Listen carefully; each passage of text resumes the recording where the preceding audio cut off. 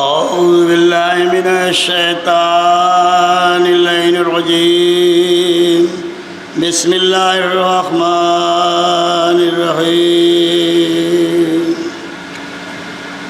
عزادارو، امام حسین علیہ السلام علی اصغر کی میت ہاتھوں پہ لیے خیمہ گاہ کی طرف چلے۔ ایک طرف یہ خیال ام رباب انتظار کر رہی ہوگی، علی اصغر ضرور پانی پی کر آئے گا۔ دوسری طرف یہ خیال علی اصغر کا زخمی گلا کیسے دیکھ پائے گی۔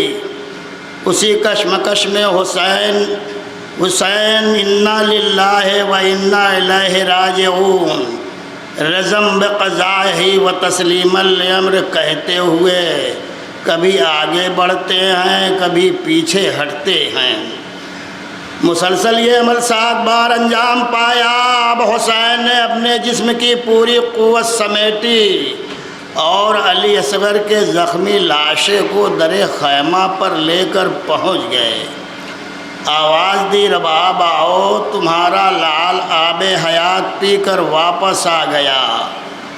اب جو ام رباب نے اصغر کو دیکھا تو گلا چھدا ہوا ہے، چہرہ خون میں بھرا ہوا ہے، کپڑے لہو سے رنگین ہیں۔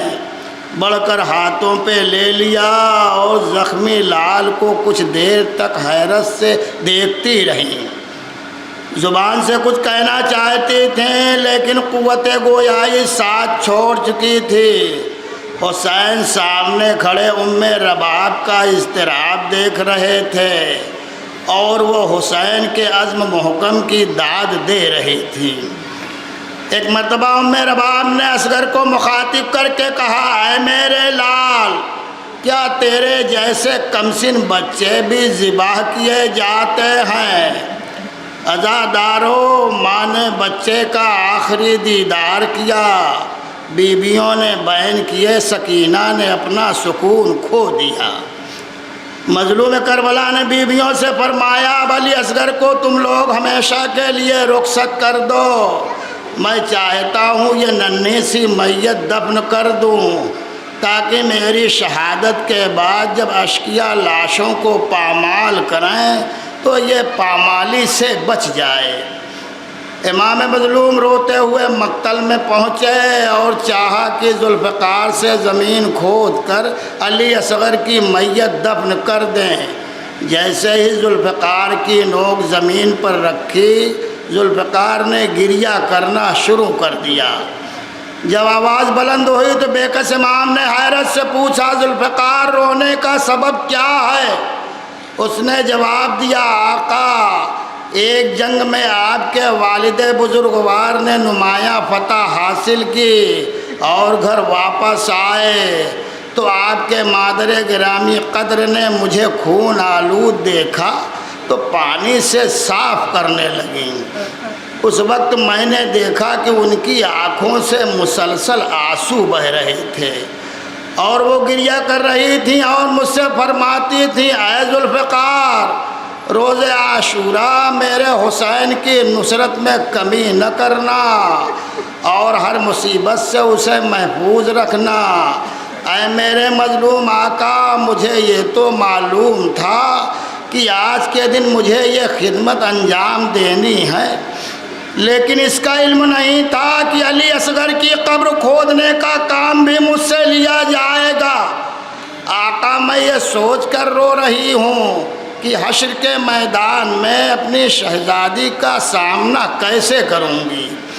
یہ سن کر حسین مظلوم بے اختیار رو دیے اور فرمایا، اے ذوالفقار، آج مجھے وعدہ طفلی ادا کرنا ہے، تھوڑی دیر میرا ساتھ دے دے تاکہ ایک چھوٹی سی قبر کھود کر اپنے بچے کو دفن کر دوں۔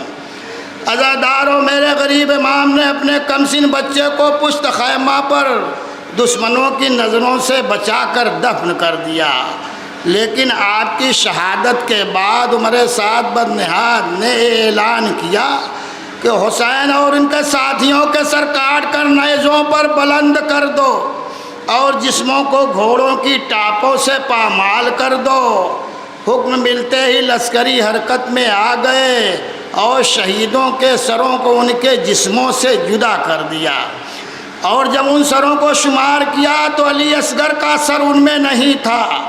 عمر سعد ملعون نے حکم دیا تلاش کرو، دیکھو اس بچے کی میت حسین نے کہاں چھپائی ہے۔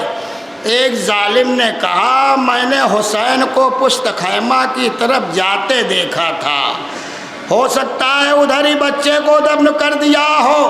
فوراً عمر سعد نے نیزہ برداروں کو حکم دیا کہ پشت خیمہ کی زمین کھود ڈالو اور بچے کا سر قلم کر کے اور سروں کی طرح نوک سنا پر نصب کر دو۔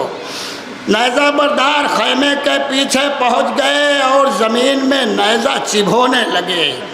اے عزادارو، بڑا غضب ہو گیا، ایک ظالم نے نیزہ زمین میں چبھو کر جو باہر نکالا تو نیزے کی انی میں الجھ کر علی اصغر کی لاش باہر آ گئی۔ اس ظالم نے جسم سے سر جدا کر کے نوک نیزہ پر چڑھا دیا، جس کی بھی اس ننھے سے سر پہ نظر پڑتی تھی وہ